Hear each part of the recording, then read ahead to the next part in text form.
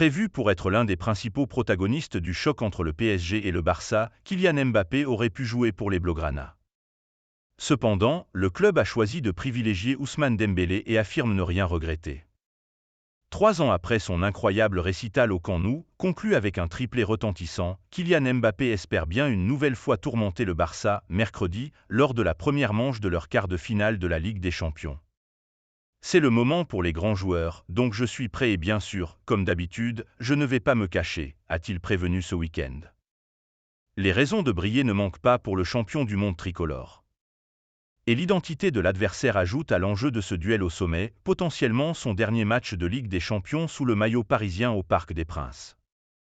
Et pas seulement en raison de son arrivée programmée au Real Madrid, ennemi du club catalan. Le Barça est toujours CC Club qui lui a dit non à l'été 2017 alors qu'il s'apprêtait à quitter Monaco. Pour 100 millions d'euros, cela aurait pu être fait. Alors qu'on s'apprêtait à signer Dembélé, on m'a contacté pour me dire que Kylian Mbappé était à notre portée. J'ai appelé son père et il m'a dit qu'il n'irait pas au Real Madrid parce que Cristiano, Benzema et Bale étaient là, mais qu'il pouvait aller au Barça parce que Neymar n'y était plus. Pour 100 millions d'euros, cela aurait pu être fait. Mais Robert Fernandez, le directeur sportif de l'époque, a préféré Dembélé, avait ainsi raconté Javier Borda, ancien membre de la direction du Barça, en 2020 au Mundo Deportivo.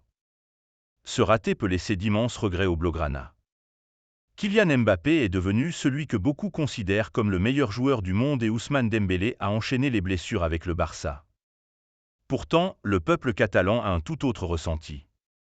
Conséquence du caractère de l'ancien monégasque, incompatible avec ce que représente le FC Barcelone. Mbappé fait partie des meilleurs joueurs du monde, mais ses valeurs ne collent pas avec celles du Barça, a ainsi confié à l'équipe Aurora Fuster, journaliste catalane, en référence à sa volte-face du printemps 2022 après avoir dit oui au Real Madrid.